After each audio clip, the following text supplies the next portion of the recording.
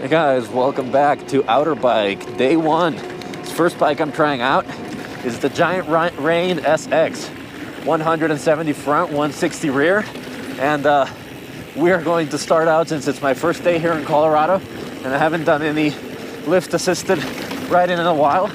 We are going to start at Hot Dogger, which is a very easy green. Want to take it easy, 3 days of riding, and see what this is like. I am already in love with this bike.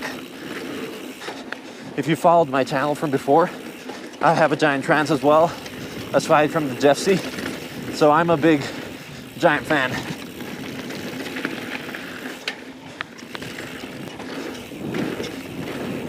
Oh, the hub is so quiet in comparison to my Jeffsy.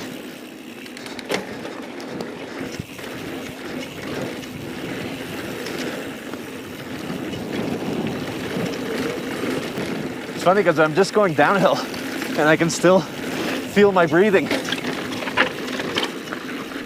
You can think of the SX as the evil twin in Giant's lineup. Some models have it, some don't, but it's aimed as a midpoint between the bike you're looking at and the next more aggressive step up. For the Reing, it means 10 more millimeters of travel up front and a coil shock in the back. Oh, this is so much fun.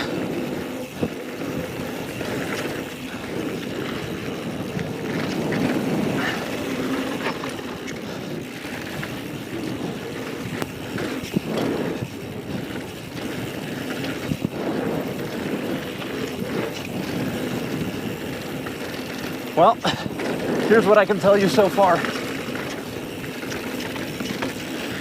This bike is incredibly intuitive.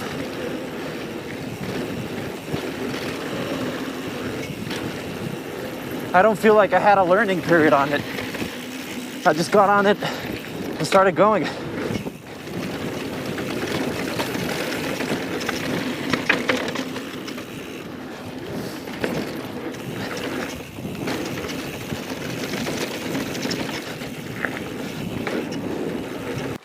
Check that shit out.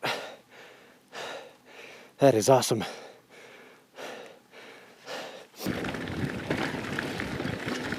Getting some pedaling in. Oh, that's cool. Freaking views. We're waiting for a few people in the group to make their way up the lift. So, two of us did a short little run at a multi-use trail to then pedal back up and see how these bikes do in more than just a downhill situation. And I'm actually surprised. This thing is 160 rear. With this lockout, it does amazing. Okay, so here we go. Let's give it a shot at a little bit of a tougher blue run. To be honest, I don't think I can even, make this bike justice by taking it on a test ride. This is so much more capable than I am that you're gonna get the idea of a mid-tier rider, not an actual rider who would be good enough to get 100% out from this bike. In previous years, the Reing and the Reing SX had different frames, being the SX slacker and ever so slightly longer. For 2018, both bikes have the same frame. They've made the bike significantly longer than before, having grown the reach from 453 to 473 millimeters for the large frame. I'm 5'11", or 182 centimeters, and this geometry fits me perfectly. I've also always liked longer bikes, so take that into account. Interestingly enough, they went with the 65-degree head angle of the 2017 Reing instead of the 64.5 of this 2017 SX. To me, it works. The bike pedaled well, felt super stable in the air, which I corroborated in a conversation with other riders who could send the big tabletops, and just felt super easy to ride.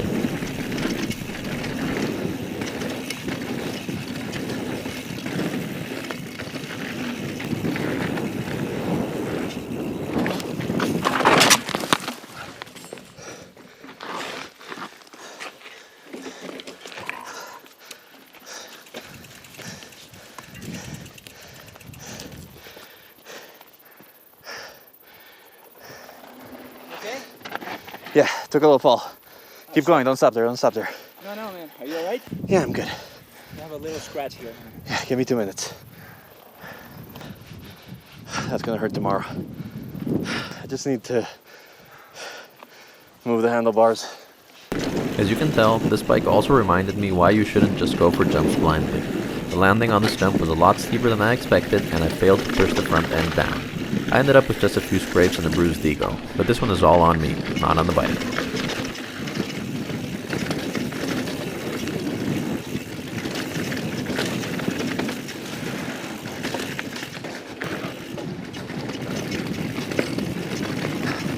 Nice, some chunky rocks.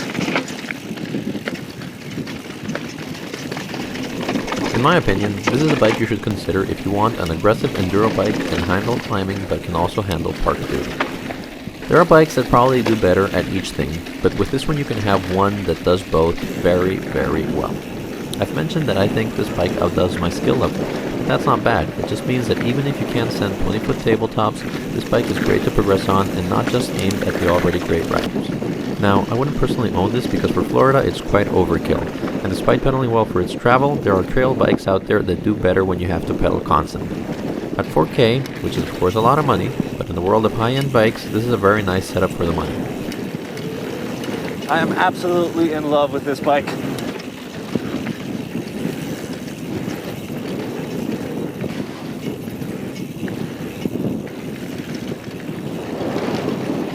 Always take into account that bike taste is subjective, so the best thing you can do is go out there and do your own demo if you're considering this bike. This is my last run on the Reing. Absolutely loved it. Nothing bad to say about this bike.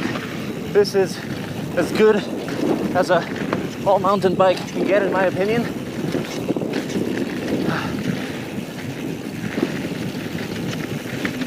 Extremely happy with it.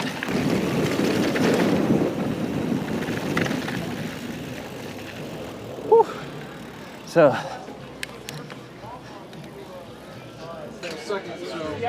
man, I cannot speak highly enough of this bike. Yeah, you like it? Oh my god. I mean, if it weren't because it's a demo event, I would just keep this thing the whole weekend.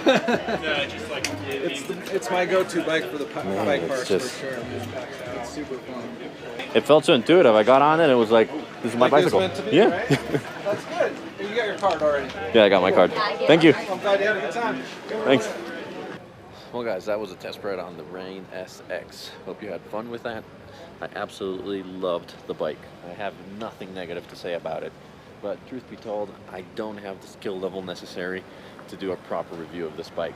I can tell you that it outperformed everything I threw at it. So it was super intuitive, incredibly easy to ride. Absolutely loved it. But I think to get the full potential out from that bike, you really have to be a lot better of a rider than I am.